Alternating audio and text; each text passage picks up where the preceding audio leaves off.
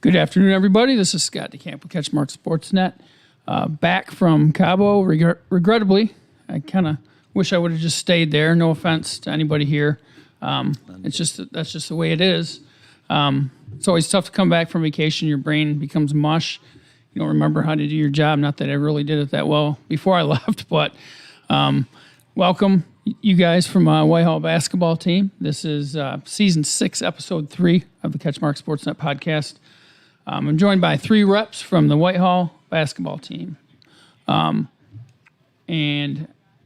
I called up my notes from my old episode, so I was going to call you guys Taylor Ottinger, but I got the right notes on there, so I think we're good. But it's Monday, January 8th, 2024. It's national title game night. Yeah. Michigan versus Washington.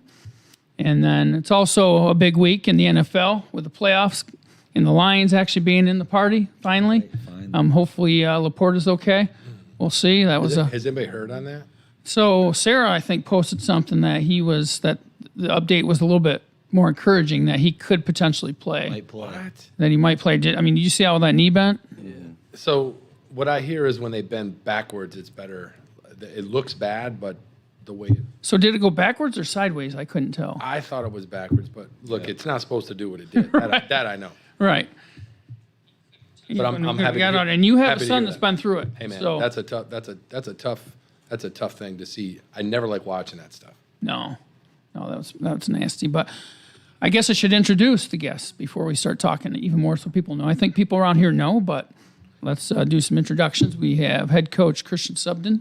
Yeah, thanks for having me. Absolutely. Thanks for coming on. Thanks for working your schedules around to make this work. Yeah. We have assistant coach Matt Shepard, Shep as they call him. That's what they call me. Appreciate you guys having me. Yep, and we have senior DJ Jamison, sharpshooter. How's it going? Good. Thanks for having me. Yeah, thanks for being on. Thanks for jumping on this. Everything going well? Obviously, it is in your season. You guys are 9-0 after a big win Friday at Ludington, 64-62. How's everything else going with you guys? It's good with me. Everybody's doing well. The boys are working hard. It's obviously great to be 9-0, but more importantly, we still have a lot to work on, so it's good too. I'm going to move this camera because everyone wants to see that face. Yeah, I know. It's the hair, really. It is. I'm losing mine. So, your thoughts on how things are going, just overall? I think it's interesting because Coach and I have talked before about being the hunted as opposed to the hunter. I think the first year we were out hunting people, and the second year we got a little sassy with that. I think we thought, hey man, we've arrived now. We're supposed to be somebody, and this year we made it a point to stay on the grind and keep that hunter mentality, right? That's natural. That's kind of human nature, isn't it? We're going to get everybody's best shot. But here's the best part about it, though. It's fun to play in those games. It's fun to be in those environments. It's fun to be the bad guy when you come in there. I think we feed off that, and I think we have the kind of group that's been in those kind of games before. Even the games we lost last year, they were bigger games. During the regular season, we tried to schedule up to so that we can put ourselves in a position. Did well this summer, so I think we got a good group. Like where we're headed. What are your thoughts, DJ, on how things are going so far? Same what Subdon was talking about, how we still got a lot to work on, but I feel like we are on a right pace right now. But if we start kicking into more gear, I feel like we can start pushing more and more at practice. All right, well, you guys are 9-0 overall, as stated, 4-0, I believe, in the WC Lakes. Yep. With after that down-to-the-wire victory, we'll talk more about that in a moment. Yeah. I wanted to discuss a bunch of topics, but before we do that, I wanted to thank our sponsors that make this possible. Big Stone Therapies, Rescue 2.0 LLC, Grieve Law, Edward Jones with financial advisor Brett Adkins, Coldwell Banker Woodland Schmidt with David Duesenberry, Farm Bureau Insurance, the Kenny Agency, 5-Star Real Estate Leaders with Matt Parker, the Birdhouse, Scheid Plumbing, Heating, and Cooling, Greener Realty with Chris Dykman and Sarah Reel, and then, of course, our title sponsor, Chris Wank Real Estate of Coldwell Banker Woodland Schmidt. He's a local guy, cares about this local community, works in the community, wants to see it succeed. He's also a sports fan, so it's, that's extra good when you see that, someone who's got that sports love and they understand how these things work. And so we appreciate all the support. If you looking for any real estate needs, any buying, selling, etc., Chris can help you out. So we can help you get connected with him too. So just hit us up and we'll get connected. And of course, a guy that's been really supportive of a business that isn't on our sponsor list, but I want to say thank you because he's right here in front of us, is Shepherd & Shepherd. He supports, his group supports Whitehall schools, and in turn, we have a relationship with Whitehall, producing content and promotion and stuff. So I think it all ties together that way too. So thank you for everything that you and your group do as well, Matt. Appreciate the opportunity, man. Gotta give it a little bit back. Got a lot of good things going on at Whitehall, man. It's a good place to get behind. Oh yeah, absolutely. So back to that 64-62 win. I was still vacationing, but I was tracking it online, and not too much of it because I was out having fun. For sure. Not that it's not fun covering you guys, because it has, and it's been a lot of fun watching these special moments so far that have come about. But sounds like ebbs and flows to that game. I think it was tied at halftime, and then third quarter you jumped on them, and fourth quarter got interesting. So what happened? Yeah, so first of all, like you were saying, you were away. I think Evie Dark was the one covering. She did a really good job. Yeah, she's done a great job. She's jumped right in and done a wonderful job. She did. She did a lot of good things. I go back and look at the things, and I could follow right along with the game. I felt like I was there. I mean, well, I was, but I got to relive it. But we had a good first quarter, jumped out. We're hitting shots, scored 18 in the first, gave up 14. It's a little more than we like to give up. But the second quarter, they hit some tough shots. We had some, silly plays, breakdowns in the defense a little bit. And so we went into halftime, and, we had a nice talk at halftime, I'd call it. And we decided that we were going to come out with a little bit more energy and better effort and more communication, and we did a great job. Gave up 6 points in the third to a team that can really score the ball and really shoot it and really play. And credit to them, they kept fighting, kept chopping. They took the lead there in the fourth, but we just had to keep fighting. We've been in games and in positions this summer to put ourselves in a place where we can, withstand that. But like I said earlier, it's great to come out with the win, but we had so much that we can work on and get better for them. So that's exciting for me. Exciting to win. Last time we were chasing them all year long. We were just waiting for opportunity. So there's two sides of that. It's good, but now it's a bad thing because they're chasing us, and they are a good team. They are going to come ready to play at our place. So it's exciting. So DJ, give me the PG version of what was said at halftime. So basically, when we went to halftime, I just came off of a steal that Schillinger had a layup, came in there, chewed me out a little bit, told me to slow down, chill out. And then we also talked about the defense and how we needed to get on a little bit of help side. And we came on in the third quarter and knew what we had to do and executed. Now, Matt, what's the dynamic between like an assistant coach and a head coach? Like, who steps in when? Who does the chewing? Is it different with each coaching staff? How do you describe that? Well, so my man over there is kind of like a little brother to me. His other older brother is CJ Van Weeren, so we keep an eye. We don't let him get too big for his britches, so I bring him back down to earth now and then. But here's the deal: he's a knowledgeable guy, and I know he's young and he's only been at it a couple years in terms of being a head coach. But I like to follow his lead. What I want to try to do from an assistant perspective is to maybe be the eyes. It's hard to see everything, even though he's looking at the game in the first half. And so another guy that does not get enough credit for helping us out is Tim Stout. I mean, this guy comes and finds us. People probably think we're doing like a drug deal or something down there because this guy jumps out of the stands and comes down. And what he's doing is he's giving us kind of the breakdown from the numbers perspective. And, just hearing how he works, on the whole huddle thing is impressive. But he doesn't get enough love for what he does. And so he'll give us the numbers perspective. Then it's just like, hey, what'd you see? And then always looking forward, always looking, hey. And the thing we got to get better at this year, and Coach didn't say this, is that we have been bad in the third quarter. Coming off halftime, we've been bad. That's been a bad quarter for us. And so this game was different in that respect because we came out and had a great third quarter. Like he said, 6 or 8 points or something like that. I think it was 6. And that really set us up. Here's the problem with that, though. Replicating that in the fourth quarter because we walk into the fourth quarter 52-40. And the challenge for us next time we play a really good team at Ludington, they played well, is to see, we have a 12-point lead, now let's make it a 15-point lead, let's make it a 20-point lead. And so we weren't able to do that, and that wasn't because we weren't trying, it's because they were a good team. And the tough part about playing them is they really expose you, because you make one mistake and you pay for it with a 3. And that's how they got to play to be successful, because they have a little bit different lineup than they had last year. But I was impressed at how Coach Hank had them prepared. And the other thing I was really impressed with them was how they didn't go away. Because when you're down 12, you're down 13, you got a choice to make. And plus, heads up or shouts out to that environment. What a fun place to be. Yeah.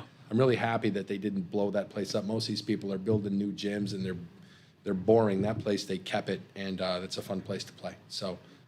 Next time's at our place, though, so hopefully we can match that. So Whitehall's, we got to stand up. Yep. Hey, DJ, shift over a little bit to your right. You're getting covered up by our little. There you go. Everyone wants to see you. So, no, but 2 great coaching staffs, I think. So you're going to see those things. Obviously, you guys shared the Lakes title last year, won on each other's courts. Thad's been at it a long time. Yeah. They've had a lot of success there, and obviously you guys are building that as well. So yeah, he's a guy that. I respect a lot as a coach. Just even though he's one of the coaches that we really get after, he's we call a play and his players know it, and I respect that. I enjoy that because it tells me that he's doing his homework and it matters to him. So I really like that. So you're gonna have to beat them too, right? They're not gonna beat themselves typically, right? Nope, just like a Bill Core Spring Lake team. If you don't, you're gonna have to win the game. You don't get to just come in and just hope, you make a couple shots, so you're going to have to take it. Yeah. So what's that environment like, DJ? I mean, Holly Gym, it's, kind of an older gym. I know they've done some refurbishments and whatnot, but what's it like? What do you hear from the stands? Again, what can you say on a podcast, on a family podcast, on the types of things you hear? And like, what's that feel like going in there and then going in there and getting a win? Because you've done it 2 years in a row now. Yeah, the environment's super big, but when we start warm-ups, you just hear a lot of the crowd saying little things, chipping at you, hoping that you crack, and eventually you just fall and tumble down to the ground and you just let up. But all of our team doesn't do that. We just knock out the noise, because a lot of things I hear is the one big thing they like to say when I go there is they call me Ice Spice because of my hair. That's one thing I will say. Did it make you laugh or not? I mean, I giggled the first time, but they just kept saying it, so it just got irritating a little bit, but that was just brushing off my shoulder. But then you just drop a couple trays, and then they start to shut up, or does it get worse? Yeah, it starts to silence. Yeah, so what can you say about, obviously you got some contributions from different guys in that game, which is what you want to see, but someone like Cal Kohler, who's been playing well, overall, of late, throughout most of the season, really, had a big game, hit 2 clutch free throws. I mean, how clutch was that for him in that environment, in that situation, to make those shots? I mean, there's a lot of kids. I talked about this to a couple people. Cal's made those free throws 1,000 times by himself at the back, or he puts in the work. There's a reason that he made them, but. There's even before that play, there's probably 10 kids I know, or I'm sorry, there's probably a handful of kids that would even shoot the shot that he ended up getting fouled on. A lot of kids get that offensive rebound, instead of putting it back up, look to kick it to Cam or look to kick it to somebody else. And Cal, we joke all the time, Cal's never seen a shot that he doesn't like.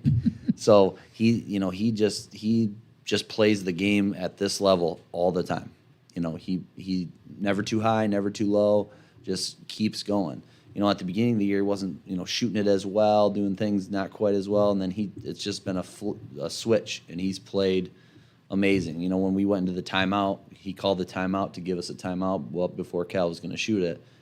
Like, I'm looking at him, just trying to judge what's going to happen and what it is, and there was no doubt in my mind. He was going to make them, and I told everyone in the huddle, I was like, we're going to be up 2. Here's the plan. Like, this is what we need to do. So, and it was, they weren't even close. So, is he a real talkative kid or not? Or is that what I see, what others see? That's what it is. He's sneaky funny, right? And like he's the kind of guy that somebody says something, and then it's quiet, and then there's this little comment from the back, and it's dead hilarious, right? But he's kind of got an interesting background because his old man's from Texas. At least I understand that. His dad's name's Leon. And his mom helps out a lot of stuff with like the meals and stuff like that. And I think this just got that dry sense of humor. But what I wanted to kind of, on Coach's point, one of the things that makes me want to fight somebody is when people describe our team as Cam and then other guys, right? Yeah. He's one of them right here, right? And, we tell the guys this because it's true. This summer, we went on this barnstorming thing and just played everybody. Yeah. And the beautiful part with that was the experience. But some of the feedback we got was, hey, man, Cam can play. Everybody knows that. But you guys got some other pieces, too. And so Friday night's an example of that. DJ goes baseline, and he didn't force up a shot because he knew, I'm going to drop it off to Cal, and Cal's going to finish it. And Cal having 20 points is nothing new because last I checked, I think he was game MVP against EGR. Or was it him? I don't know. It was EGR, yeah. Cal was, yeah. Right. So he's no newcomer to having a role.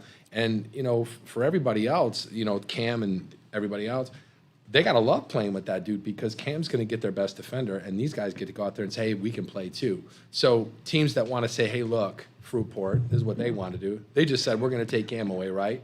And then they saw what happened when you do that because the rest of the guys just can play too. So we got other college basketball players on that team. It's not just Cam. And Cam will be the first one to tell you, loves being surrounded by the guys we have because he's confident in those guys too. Yeah, the other piece to that too, I would say is, you don't have to have the one guy every night that does it every night. You can have a guy, even if they have an off night or maybe its opponent wants to take him away, fine. And that's speaking to your point. But someone like Kamar is another one who doesn't have to blow up.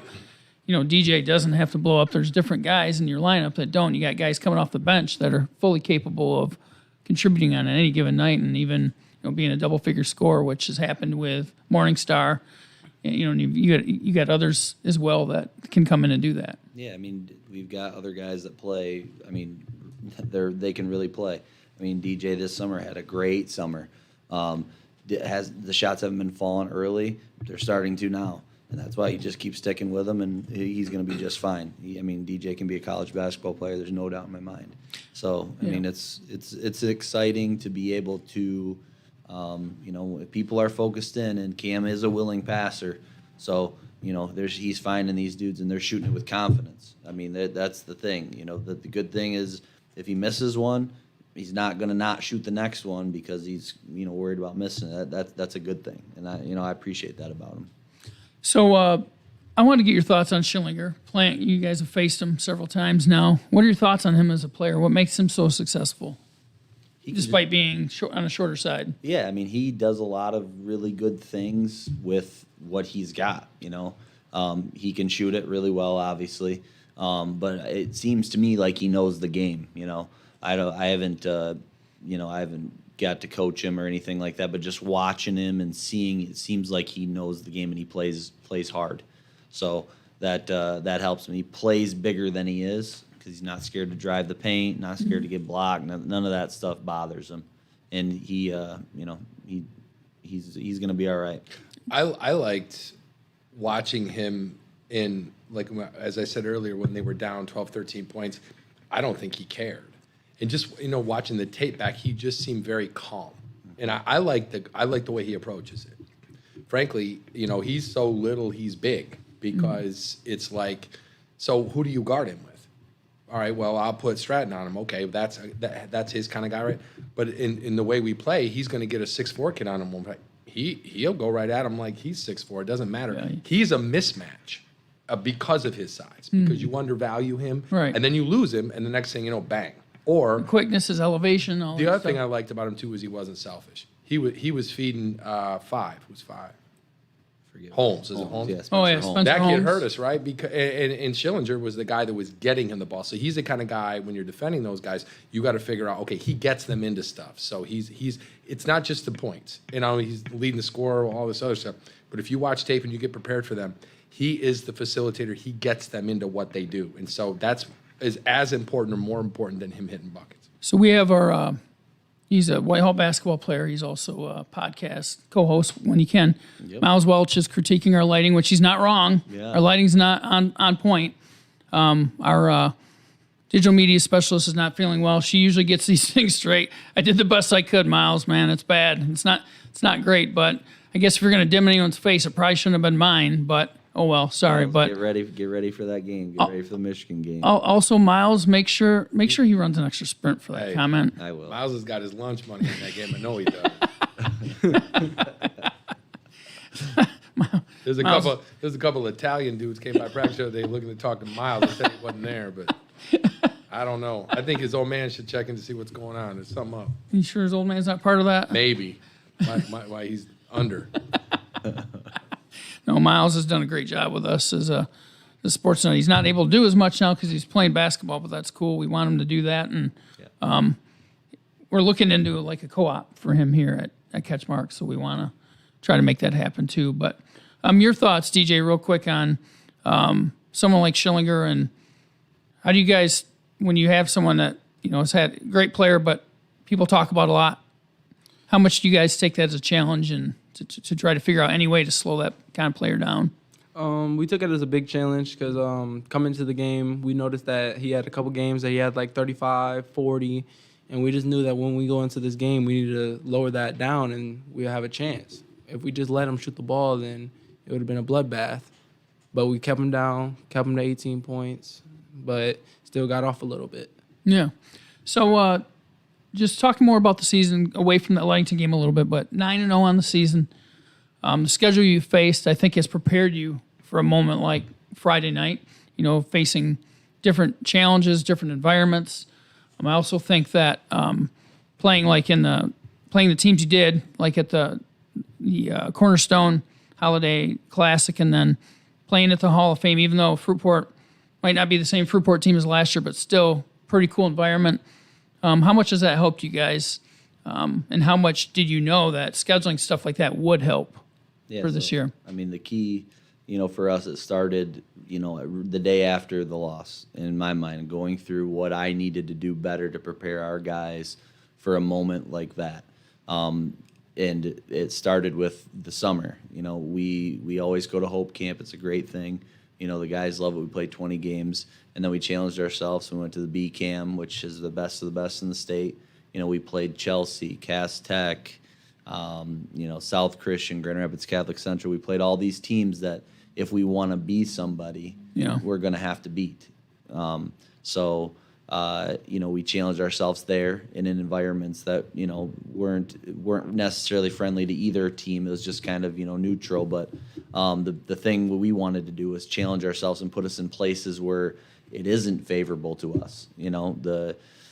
Cornerstone, we knew it'd be more towards Grand Rapids, so more of the Grand Rapids fans would be over there. Mm-hmm. Great. We got to see Grand Rapids officials. All of those things kind of help prepare us for what we'll hopefully face. I mean, we've played at Spring Lake, which is always a tough place to play. Their fans come out and and we were going to continue that. We go to Cadillac in a few weeks. We go to Mona Shores, So there's it was a big emphasis on my part I'm a huge competitor. So I judge a lot of the things, how we're doing off of wins and losses, and I needed to kind of take that back and say, how are we doing and what are we doing to get better in these moments? Because the moment got a little big for us last year, and there was a couple times and a couple key plays hurt us. So we wanted to make sure that doesn't happen again. So, Ludington was a great, it felt like Fruitport. We said it at halftime. This feels like that. It feels like a game where we need to take control and take care of it. And we did for the most part in the third quarter, and then we made the plays down the stretch. So, that's the thought process behind the schedule that we put together is, we really want to challenge ourselves. And we've been up to the challenge thus far, but there's still plenty of challenges ahead. So, and also the exposure that you guys get. So if your name's out there, maybe it's out there more, or if it's not out there, then you're getting it out there more. How important is that to you, DJ, just to get that Whitehall name out there, to get your names out there, to say, hey, we're a team to be reckoned with as well? I feel like it's a big thing.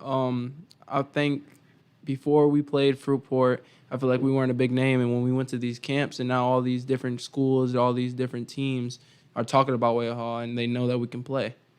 You guys beat, it was at Oakland, I think.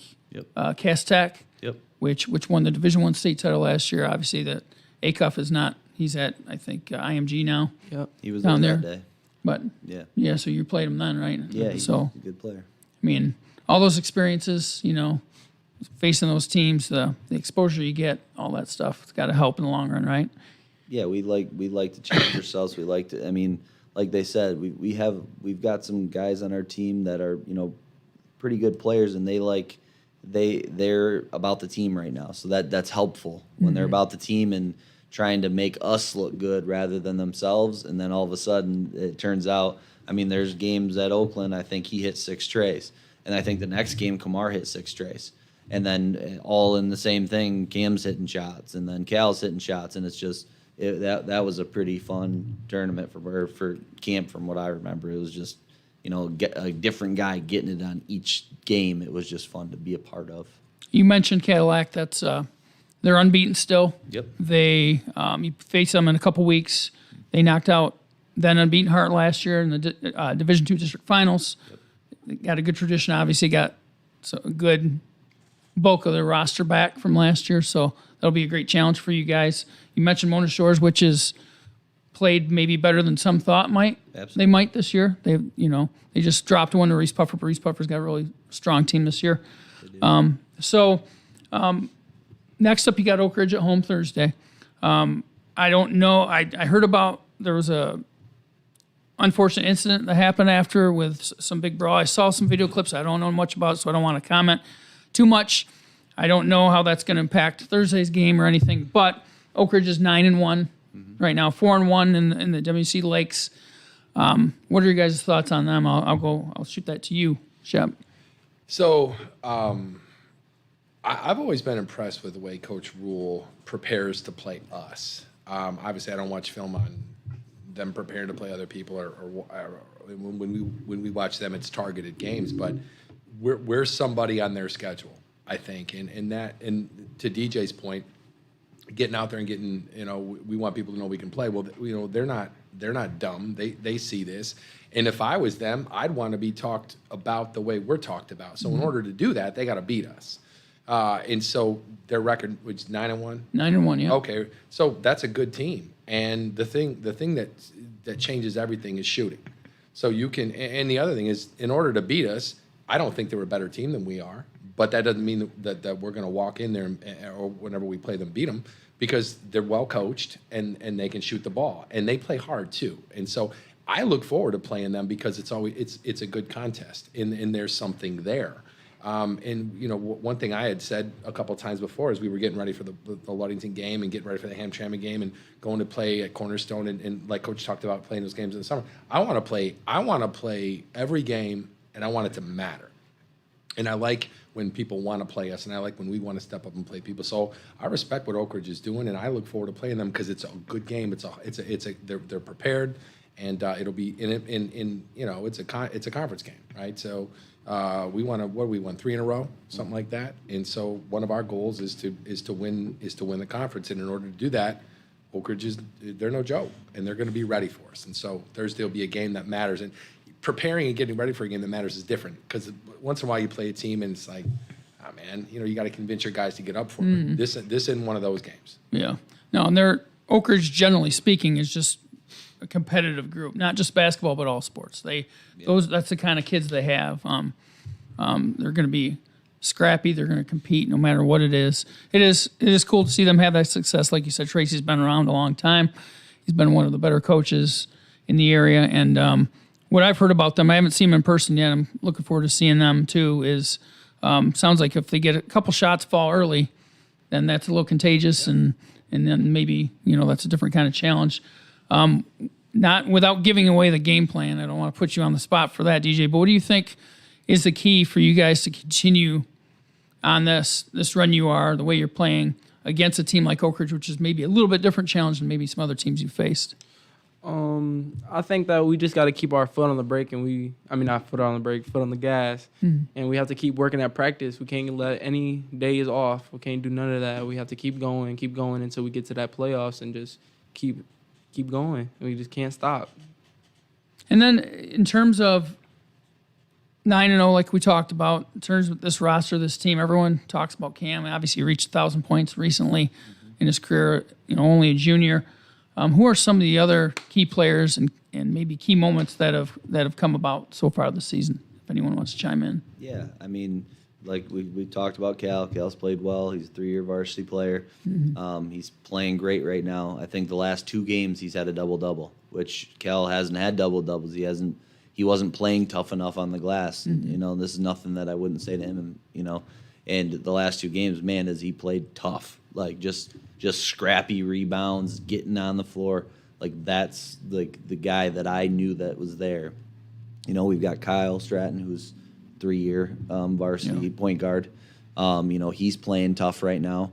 There was a 4-game stretch where he scored 10 points, and when he's doing that, that's a problem. And then you got Kamar Reddy, who's he's really emerged this year. He was our second leading scorer, and then it kind of flipped and it went to Cal, and then last game it's DJ, and then we've got DJ who has been great for us. He's been defending much better this year. He can take the smaller defenders in the post. He's got a great, what Shep would call an old man post game. He's got good move lefty. Can handle it down there, and he's our second. One of our ball handlers when we're facing pressure, and then that's one of the things we did in the Ludington game. They didn't press us, and if you've watched Ludington games in the last 3 years, that's not what Ludington does. Ludington presses, and they did not press us, and I think that's because we had some great ball handlers. And some other guys that have played some big minutes for us are Brock Morningstar. He's he's been shooting it pretty well, and then Trannon Naylor, and he feels like he's been there forever too, and he's a senior. Yeah. And he's just a big body, and he can jump and rebound. So, it's exciting. That Hamtramck game, an up-tempo team. It's going to be right in your face. Yeah. Maybe a little handsy. That's just the style. Just a little bit. I mean, how does that help? Like maybe Ludington sees that film and you guys struggled with it early, adjusted, and posted a nice victory. How much do you think that plays into the mind of maybe like a Thad Schenk? Well, they already knew that about you guys before, and he's going to know it because he's going to, he's going to be well researched and everything. But how much do you think that maybe impacts coaches' decisions on how to face you guys, maybe, or how to attack you guys? Yeah, I just think that he probably took into account last year as well at the game at Ludington. Bad coaching on my part at Whitehall. I had Cam sitting in the back. We didn't break the press easy, and it hurt us. And then against Ludington, Cam helped break the press, and he just kept throwing over the top. And then we had guys just making layups. So, he did his research on that and saw that we did that again against Hamtramck. So it's like I said about him, he's a great coach. So he's not gonna leave any stone unturned. He doesn't want to give up layups. So it's smart. I think something else too, getting back to what puts us together as a team, is I think the 2 guys he mentioned, Brock and Trannon, those guys are starters anywhere else, and we're subbing with those guys, so we're not losing anything when we sub, and then we start looking at, okay, so we got guys on our team, Dave's kid, Hunter Osborne, right, Cy Black. You start going, we got juniors that are rotation players. Hunter's a sophomore. Some of those guys are starters on teams we play or rotation players, and they right now are fighting to get minutes. Floor, yeah. But here's the deal with that. If we can convince those guys that it's still worth fighting to get those minutes, that's how we have productive and competitive practices. When you get productive and competitive practices, the game is a byproduct of that. So, to me, okay, people see, they go to a game and they, this kid's shooting well, this kid has some points. What they don't see is how we got to that point, or how that kid is stepping up in a moment, but how he's prepared to do that, and having a competitive group 1 through 9, 1 through 10. And even we got senior LeVar. He doesn't get as much playing time as he'd like to, but he works hard and pushes in practice. Christian Gomez is another kid. He's having trouble getting on the floor, but go play a team, and that kid's playing 15 minutes a night for those guys. So we got guys that are pushing that first 5 or that first 7, and it really makes us well rounded. So I wanted to shout those guys out too, because people that go see games and they look at box scores, they don't see that part. They don't see, yeah. And they're seeing and it's well said. And those guys are having a great attitude about it. They're sitting there, and they're if you watch our bench, it's animated. there's a reason for it. I mean, they care about their teammates. You got LeVar tips every single pass in practice. Like, it's unbelievable how many passes he tips. And Christian's working hard, making us better. Nate Betts is, grinding on the floor. You got Miles here getting in the action. We got a lot of guys that do a good job. Cy Black can really shoot the ball, and he showed that in the EGR game. I think he hit 2 trays. Hunter is going against Kamar Reddy every day. Kamar is getting better because of Hunter, and Hunter's getting better daily because of that. Yeah. And he's going to see the benefits of that, and he's the first guy to be smiling and happy at practice, and that's a testament to them. It's a hard thing to do, but when you put yourself second to the team, that's pretty impressive, especially for a high school kid to do. That's not easy to do. It's not about me. It's about we, the team. Let me say this too. It's hard because you want to tell these guys how quickly this part of your life's over and how quick these seasons are. But the tough part now is that some of these guys are growing up in this era of Whitehall basketball. And the good news is this is how it's supposed to be, right? The bad news is they think this just happens. And if you've covered this, and I didn't grow up around here, but this is probably, I would say, one of the best runs, I don't know, Coach, ever. I mean, success, and it goes back to Nate Artema. I mean, he had a role in before Coach was his assistant, and you get back into some of the, and I'm a Nuego guy way back, and it's like it's just fun being part of a time because the football team's successful. And that's right? What I was going to add to that is collectively. Oh man, because being from West Michigan Conference School in Ravenna, I've known Whitehall a long time, and I'd have a hard time picking a better era than what you have now at Whitehall collectively across everything. Obviously basketball, football, but everything else. Track's been good for a long time, but wrestling's a lot. That might be the most. Wrestling's okay. Yeah, they're doing okay. They're holding their own. Biggest banner in our. You got to convince these guys that this just you don't wake up and get this. I tell you what I like. Not to reference Montague and Pat Collins because that's a swear word. I think on this side of the bridge, right?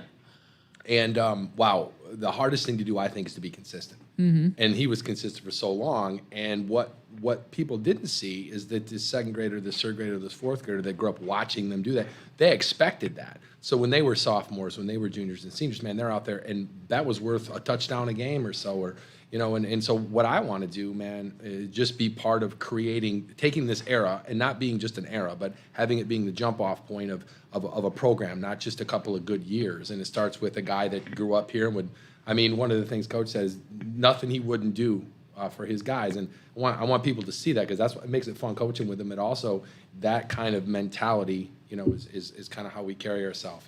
Some people might call it brash. Some people, we're up there with we're joking. We're having fun on the sidelines too. And maybe it's not the normal, maybe more reserved coaching staff. We act a little crazy once in a while. We got fifth graders on our team that look to get technicals, stuff like that. So I'm not bringing up any names, but I'm just saying that, hey, anybody that appreciates basketball appreciates that feeling, and they know what it is. So when we come, we bring it, we enjoy it, and just looking forward to that next chance to do it. It's called expectations, not taking it for granted, although some can, but it's expectations. You go out there on the field, court, whatever, expect to win, expect to perform at a certain level. And, that's just, you build that through time. It doesn't happen overnight. I want to kind of segue here into a little more background on each of you. Again, people know you guys in general, but I want to just dig a little deeper into that. Christian, what year did you graduate? You went to Hope College. Just give us the whole background and how and why you ended up back here.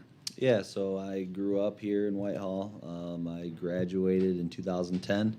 I went on to Hope College. I played football there, got my elementary certification, and I was a fourth grade teacher. I started off at Hart for 3 years. Got my opportunity to come back here at Whitehall. I always knew I wanted to be back, and got on Nate Artema's staff. He's one of my best friends. Love that guy. He did a lot for me. He helped me get me through college, literally. So I'll always be grateful to him for that. So I was on his staff for, I think, the better part of 4 or 5 years. And then for the last 3, I've been the head coach here at Whitehall. My family lives here. I've got 2 beautiful daughters, Brighton and Sailor. And then my wife, we were high school sweethearts, so we were together. We've been together, the old ball and chain, for a long time. So she keeps me grounded, but she can talk sports too.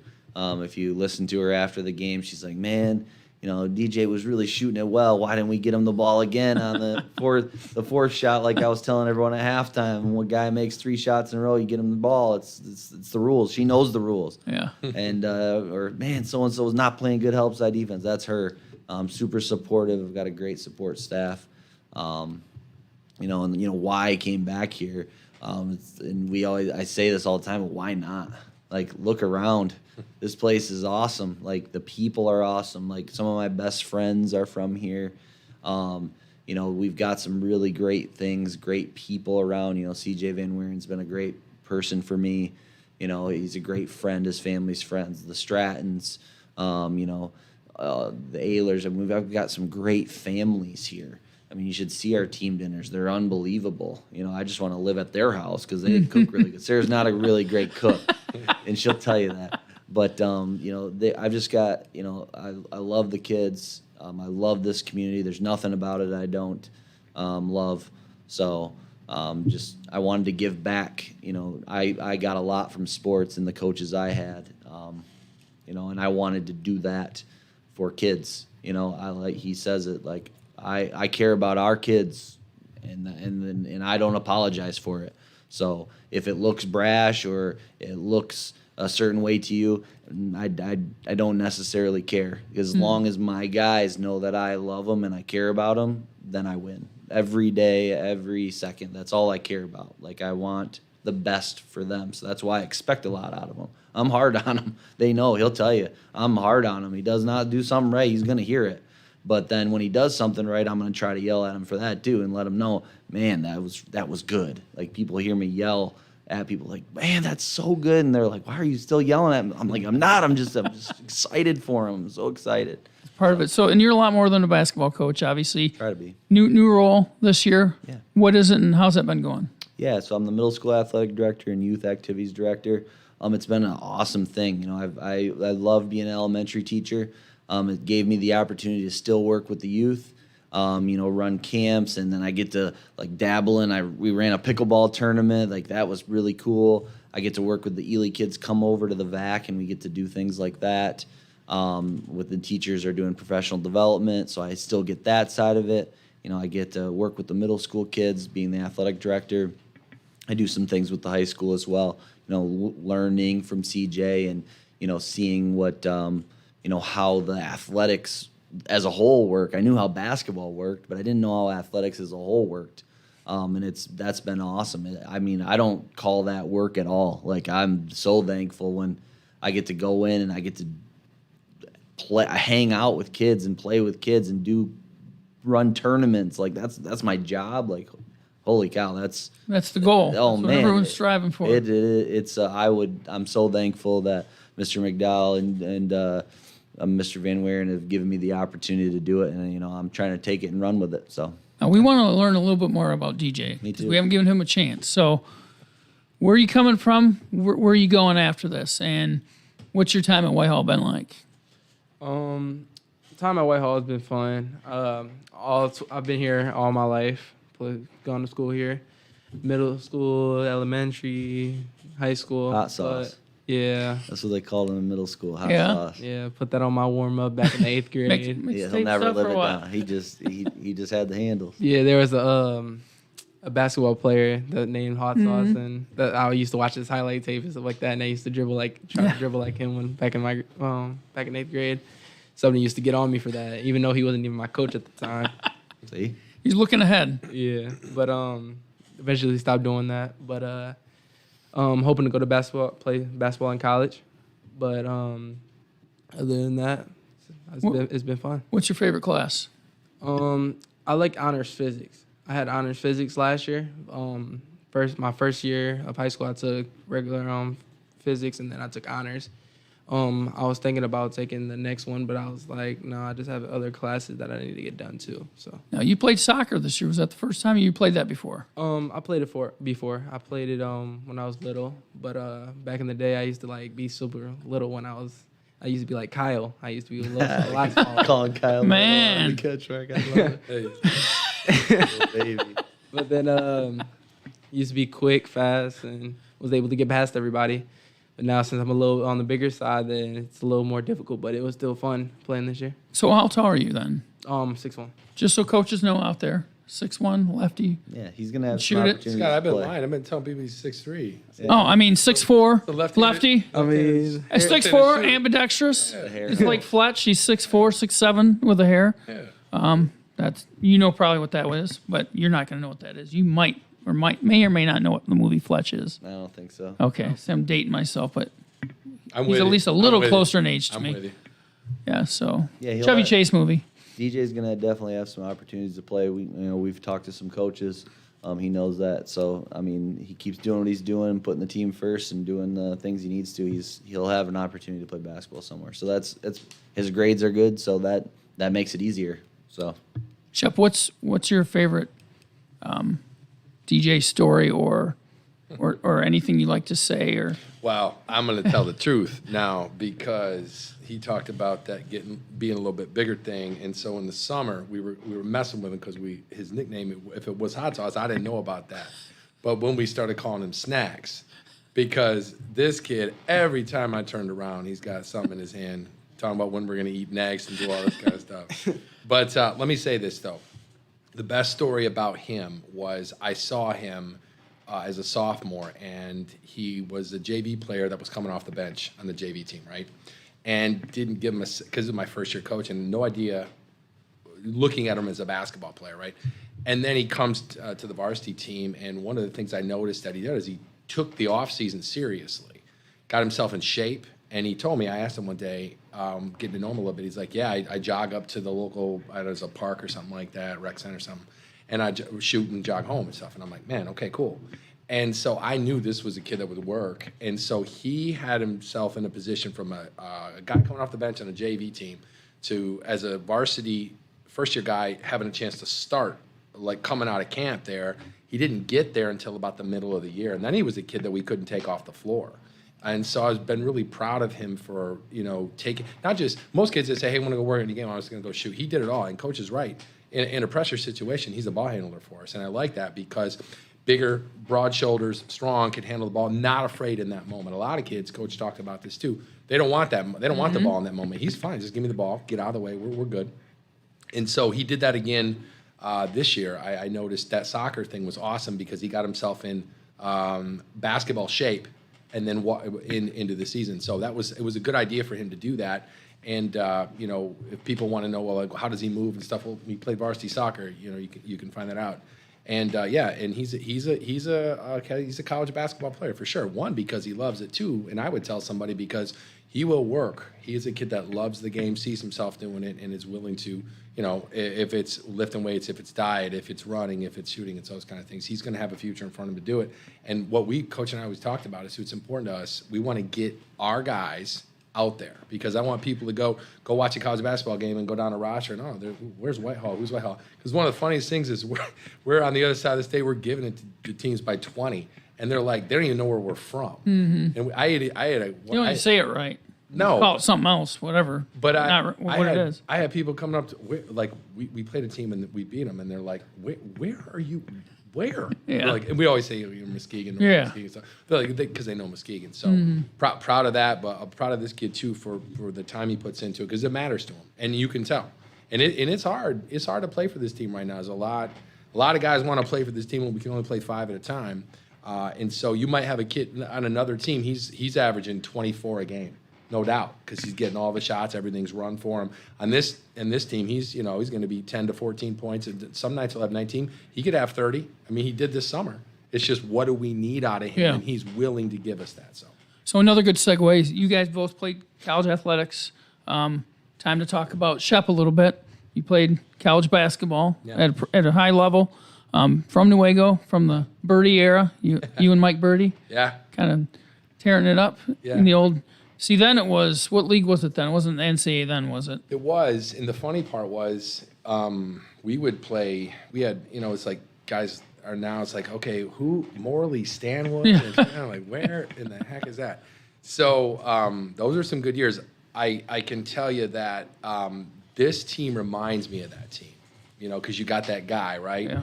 And in those teams back in the day, Mike was a heck of a player. But it always used to motivate me because everybody wanted to talk about Mike. Yeah. And the truth of the matter was, and I'm going to say this, and I love Mike. Mike was soft, and I'm going to say that. Somebody see Mike, tell my Shep said he was soft. He was, because what had happened is I was out there guarding dudes, getting rebounds and stuff, and he was taking off. He was leaking out. Yeah, and there was like Showtime. Mike had 3 dunks, and I had like one once in a while, and it was even as good as Mike's.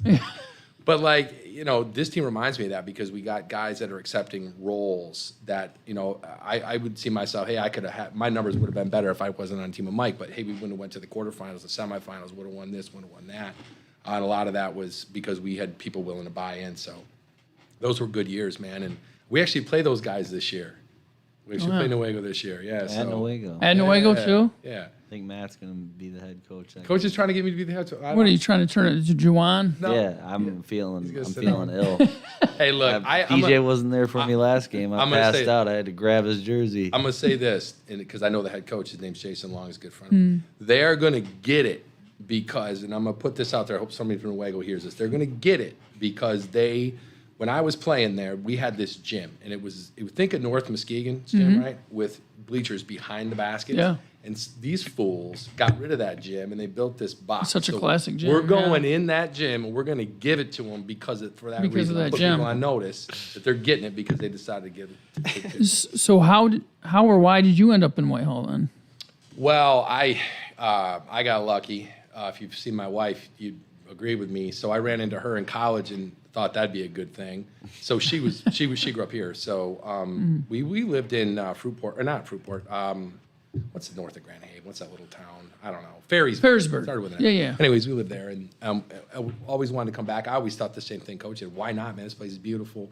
Got everything you want. So we've been here since 2005 in the White Lake area. Moved to Whitehall in 2009. So loved it. I got one son graduated. Got another daughter who's a junior. Got another daughter who's an 8th grader, and then I got a little guy who's 5th grade. So I'm impressed with this place. I'm proud to be part of it. I ran into Coach when he got the job. I think we were sitting around a fire one night, and I said, "Hey man, if you need some help, let me know," because he was going to get the job. I coached with Gene Gifford in college for a few years, and then I coached with Keith at Heights back when Heights was Heights. And then I actually, believe it or not, a lot of people know this, I coached with Dave Osborne 1 year at Montague, and then I got to be a situation where my kids were getting older and couldn't give the time, and then so had an opportunity to get back with Coach when he took the job, and been here with him the last couple of years. It's been fun. So how would you describe each of these gentlemen that are guiding you guys? This has got to be good.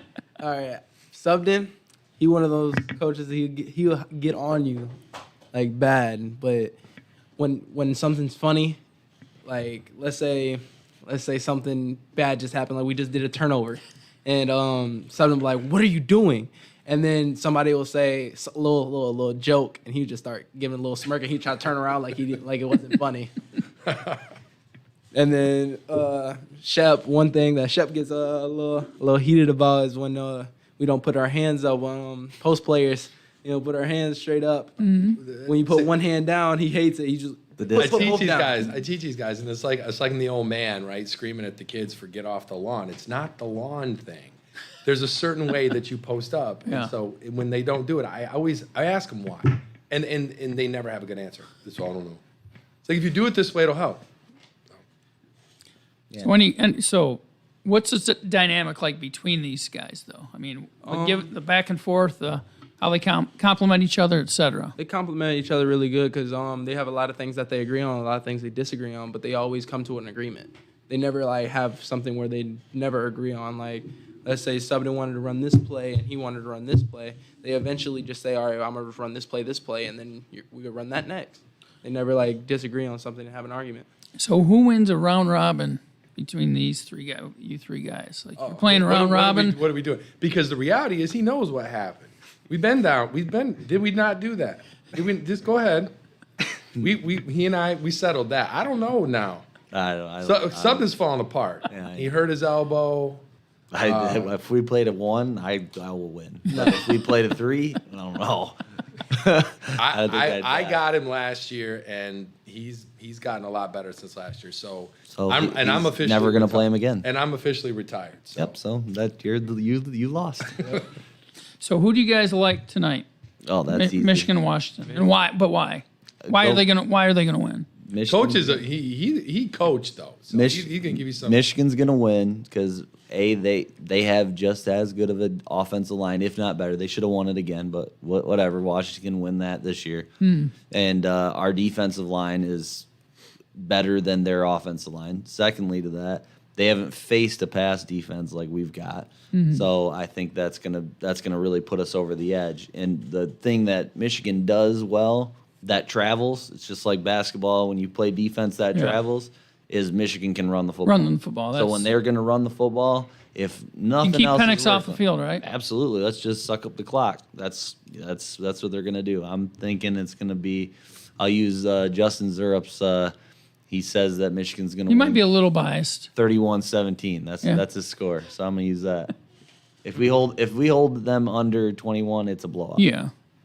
I think same way, Michigan on top. But I ain't gonna give you the same reason he gave you. I was just gonna tell you that their defense is way better than their offensive line. Because I watched a couple games and stuff like that, but haven't been on them as much. But seen their defense and they're really tough. Now Stacy's a U of M alumna, so Yeah. were you always a Michigan fan too, or No. I grew up a State fan, Yeah. and it was hard to do because all these what do they call them, Walmart Michigan fans. Yeah, we grew up with a bunch of those. Yeah. I will say this: I root for I root for Michigan. They don't play State, but here's the deal: I'm proud of where they're at. I'm going to say it this way: is defensive guy's Minter? Is that what it is?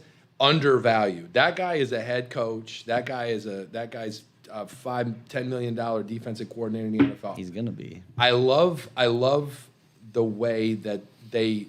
I was reading something. They talk about how they I don't understand all the schematics, but they disguise things. Right. And so to me, I think it's an NFL approach in a college setting when the college guys aren't used to that. So I think it's difficult. I think they're going to make it difficult for Washington to do what they're comfortable doing. I think they'll take that stuff away. I think they'll make Penix one-dimensional, right? Because he's a great long ball thrower. I think they're going to have to make him make decisions on the read. And by the way, people are coming. Right. People are coming. And then, when you could run the ball that way. But I also think this.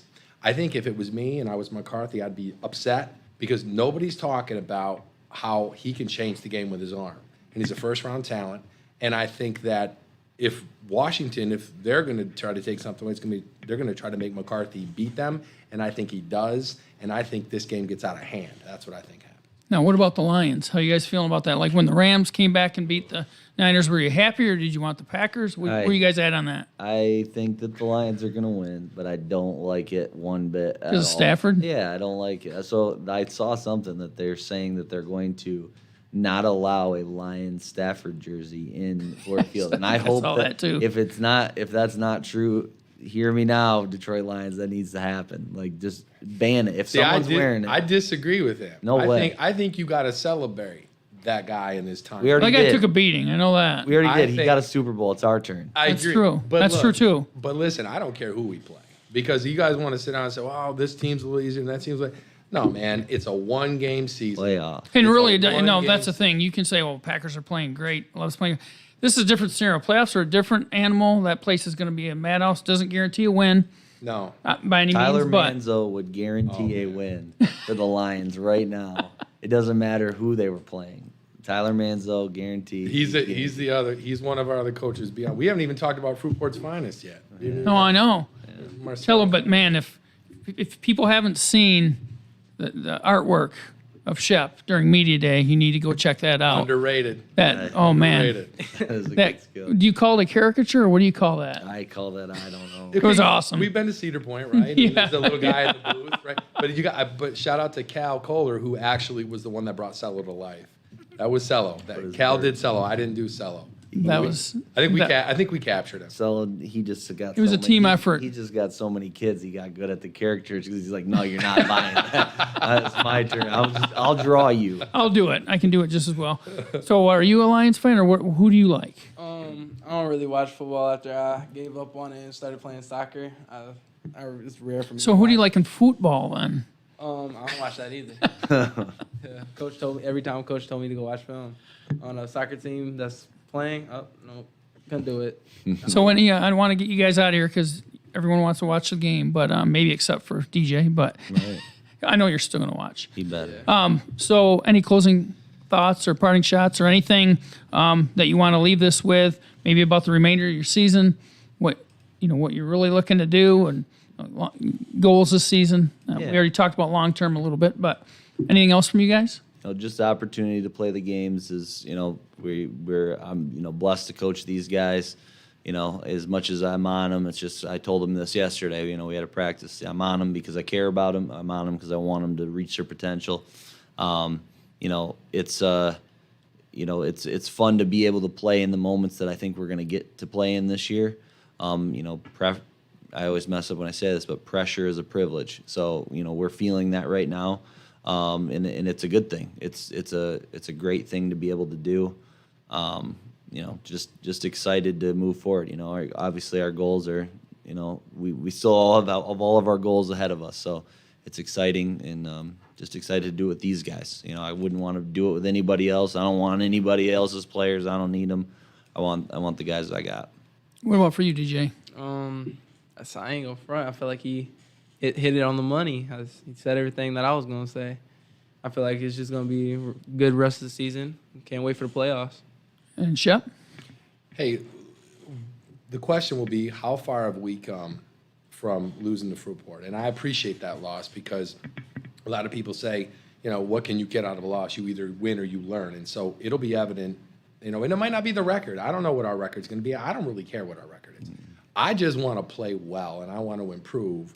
And I want to take this group of guys, and I want to figure out what button to push and what lever to pull, and how do you motivate, and how do you get on them, but how do you support them and do all this stuff. You got to remember, you're dealing with 15, 16, 17, 18-year-old young men, and you want also to represent this place well. I want people, when they see us, because when they see Whitehall, say, if you don't know where that is, now that's going to be the first thing you think about us. I want them to think that we represent this place well, because this is home for me, right?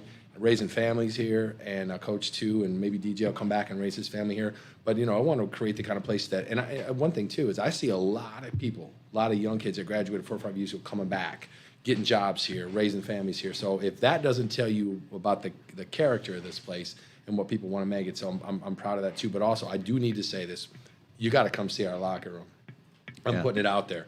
You got to be in the GLIAC to get with us on this locker room thing we got going on. You got to come see it. White Lake Signs was helpful with it. Coach put a lot of time and effort in that stuff. The shop class got together. What's the guy's name? Brian Peets. Brian Peets. Got his kids out there. They built the lockers and stuff like that. So when you get a second, I think we should do a reveal, and I think CatchMark should let the world know what we're working with. Let's do it. Let's set it up. We've talked about it, but we need to set it up. That's ready. Let's do it. All right. So we'll do that, and that's a good place to leave this. You guys are doing a fantastic job. Both coaches and your coaching staff, as well as the players.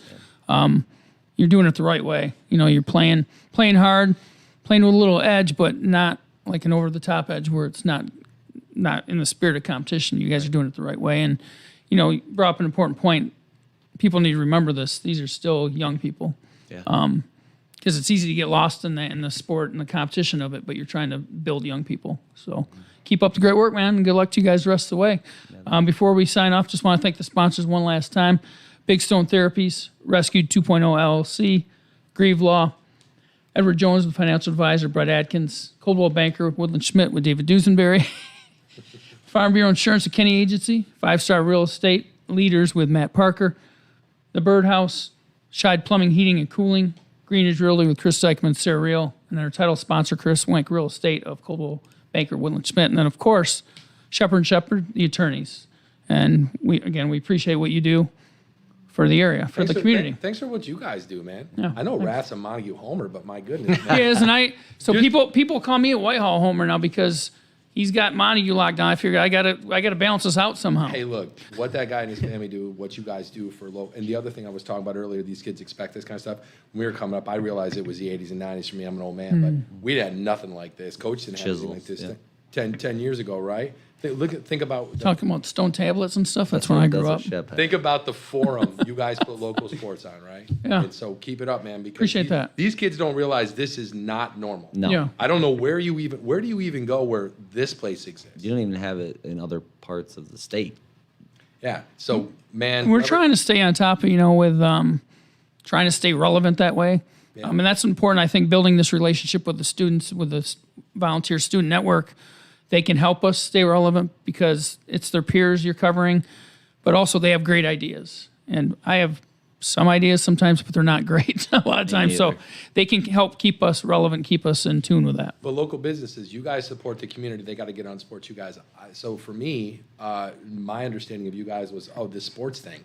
And then, so I have a business down the street, right? Well, I use you guys. You guys took care of me. And so, if people, they really need to come ask what it is that you do. Because I don't think the question is, what do you guys do? The question is now, what don't you? Well, and that's when we started the sports network, they kind of pulled me over from MLive.